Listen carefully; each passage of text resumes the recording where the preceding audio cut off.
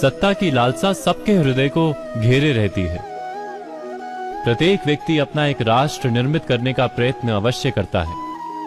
फिर वो राष्ट्र कुरु राष्ट्र की भांति बहुत बड़ा हो या फिर अपने परिवार तक सीमित हो, वो सत्ता प्राप्त करने का प्रयास अवश्य करता है।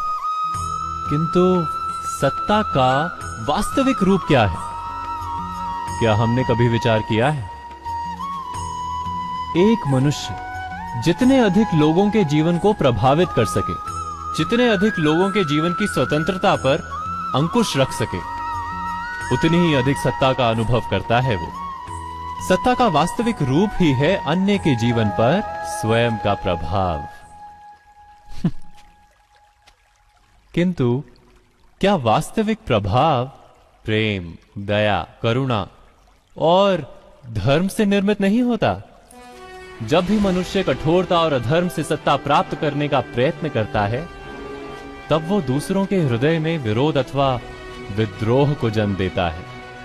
और परिणाम कुछ इस प्रकार। हां, कुछ समय के लिए वो स्वयं को प्रभावी और शक्तिशाली अवश्य पाता है, किंतु वो वास्तविक सत्ता नहीं। यही कारण है कि भृगु और वशिष्ठ जैसे ऋषियों की आज भी पूजा की जाती है, रावण और हिरण्यकशिपु की नहीं। इस पर तो आप विचार अवश्य करें। सत्य कहा ना? जब कोई व्यक्ति किसी अन्य व्यक्ति के विचार अथवा कार्य को स्वीकार नहीं करता, उसमें परिवर्तन करने का प्रयत्न करता है, तो संघर्ष जन्म लेता है। अर्थात जितना अधिक अस्वीकार उतना ही अधिक संघर्ष, और जितना अधिक स्वीकार उतना ही अधिक सुख। क्या ये वास्तविकता नहीं? यदि मनुष्य स्वयं अपनी अपेक्षाओं पर अंकुश रखे, अपने विचारों को परखे, किसी अन्य व्यक्ति में परिवर्तन करने का प्रयत्न ना कर स्वयं अपने भीतर परिवर्तन करने का प्रयास करे, तो क्या संबंधों में संतोष प्राप्त करना इतना कठिन? अर्थात क्या स्वीकार ही संबंध का वास्तविक अर्थ नहीं? स्वयं विचार कीजिए। इस संसार में आने वाला प्रत्येक बालक संपूर्णतः संस्कार रहित होता है। उसके अंतर पर ना किसी अच्छे संस्कार के चिन्ह अंकित होते हैं, ना ही बुरे संस्कार के। अर्थात जन्म से बालक में ना कोई गुण होता है और ना ही कोई दोष। तो ये दोष अथवा गुण किस प्रकार प्राप्त होते हैं? क्या हमने कभी विचार किया है? जो बात माता पिता के मुख से निरंतर सुनी जाती है, वही बात उनकी संतानों के हृदय का संस्कार बनती है। जैसे किसी गांव में नदी तट तक एक पगडंडी बन जाती है केवल उस मार्ग पर बार बार चलने के कारण।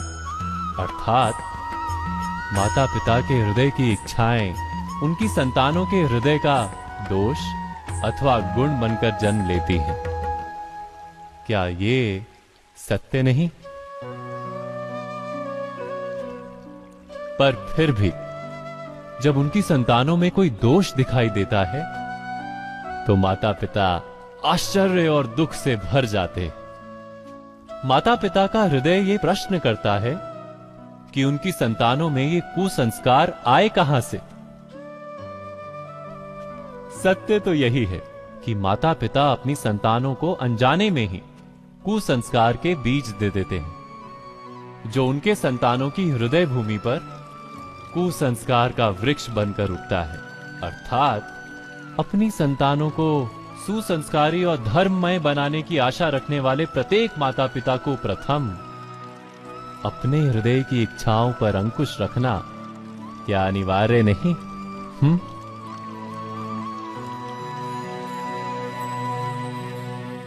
प्रत्येक माता पिता इस पर विचार अवश्य कीजिएगा। मनुष्य के हृदय में भय का साम्राज्य रहता है सदा। कभी संपत्ति के नाश का भय, कभी अपमान का भय, कभी अपनों से छूट जाने का भय।